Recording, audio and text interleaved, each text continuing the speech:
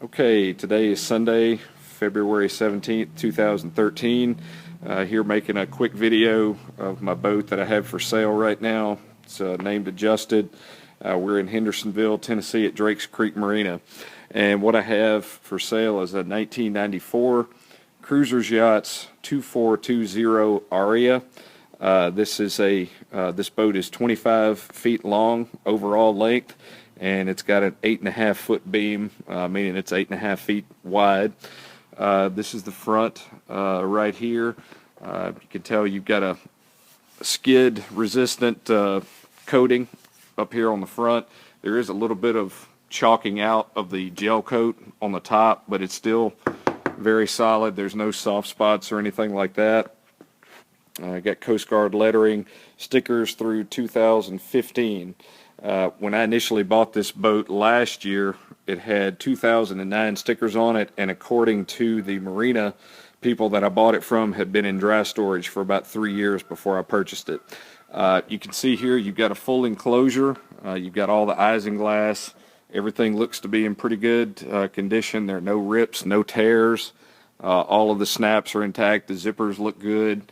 The boat has 2 bimini tops. Right now it only has one of them up. The other one is down in the boat because the enclosure kind of trails off in the back right here, and you can't have both biminis up when you have the enclosure on. So here's a view of the enclosures. They do have vents on them. Right here's your vents. And we've got her tied up down here. Of course, we've got the outdrive. It's a Mercruiser outdrive. It's I believe it's a Bravo 2, if I'm not mistaken. You also have hydraulic trim tabs, one on each side, that evens the boat out while you're on plane. You've got a swim ladder, and then you've also got a little bar here on the back where you can store fenders in there with ropes on them and whatever you might want to store there. You've also got I guess a post mount here in the back. If you wanted to mount a grill on the boat, you could do it right there. Here's a view of the other side. I can't walk out there because there's no finger on this side of the boat. So anyway, here's the other side. Pretty much the same as the other side, and of course you've got your fuel. You got your gas tank right over there, and you've also got your fresh water system intake right over there too. You just fill it up with a water hose. Going to step on board now. Okay, moving on board. Going to undo these enclosures. Got a transom door right here. The boat's got snap-in carpet that you can see. It's got a bolster right here in front of me where if you wanted to fish, you could kind of lean up against it like so. And then once you come inside, unsnap it right over there, if you will. Let's just flip it up a little bit. Can you hold that up there?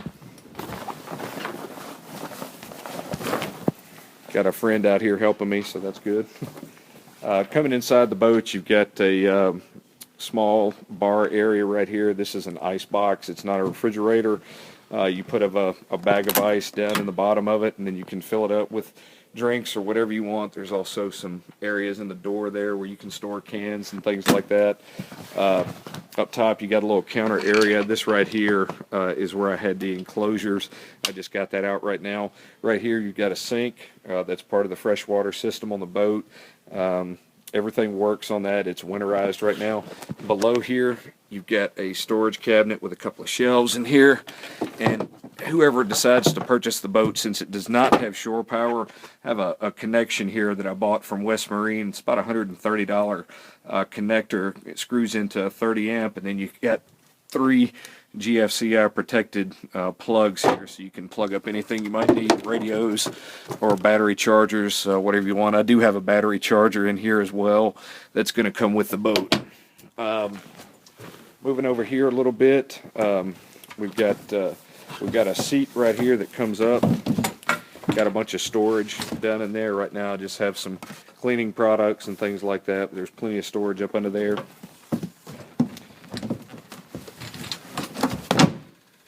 And also we've got a storage locker very large storage locker on this boat. Runs pretty much the full length up under the boat. I know it's a little dark, so it'll be a little difficult to see, but in that canvas bag right there, you've got a table that you can put out here. There's the hole that the post goes in, and of course, closing the storage locker. It also has snap-out carpet on it. Moving up to the front of the boat, got your, by the way, this is the other bimini top right here. Easy to put on, about 4 or 5 screws, and I've got all of that hardware and everything saved. So moving up to the front, you've got a double captain's seat. I have a Coast Guard cushion there that I sit on. Unfortunately, the seat front does not flip up like on some other boats, and the seat doesn't swivel because it has the bar behind it. Some of the other models of this boat did have a swivel seat in them, but this one doesn't. Just kind of looking back through, you've got a very large area right here. You could easily seat 5, 6 people on the back seat here, a couple in the captain's seat, and then you got another smaller seat right here in the front too. We've also got plenty of room where if you want to stand up and drive, you can do that. You've got a fume detector right here, and then you've also got a depth sounder, and then just some little tap lights that I added just to give you a little bit more light when you're coming into dock, things like that. Full instrumentation. You got speedometer, tack, water pressure, oil pressure, all the normal stuff. All the gauges work correctly. Throttle control, steering wheel. You've got trim tabs.